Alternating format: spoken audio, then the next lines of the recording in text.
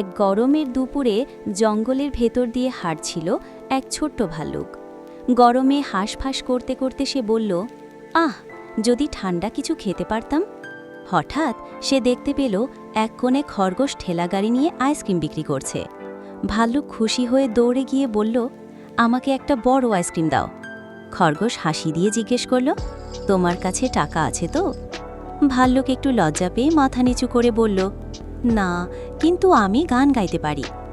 তারপর ভাল্লুক জোরে গান গাইতে শুরু করল। মিষ্টি গলার সেই গান শুনে চারপাশের হরিণ, পাখি, কাঠবিড়ালি সবাই জড়ো হলো। তারা তালি দিয়ে হাসতে হাসতে নাচতে লাগল।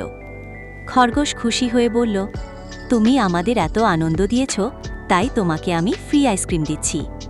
ভাল্লুক খুশি হয়ে আইসক্রিম খেতে লাগল আর গান গাইতে গাইতে সবাইকে আনন্দ দিল। জঙ্গলের দুপুরটা হয়ে উঠল ঠান্ডা, মিষ্টি আর হাসি খুশিতে ভরা।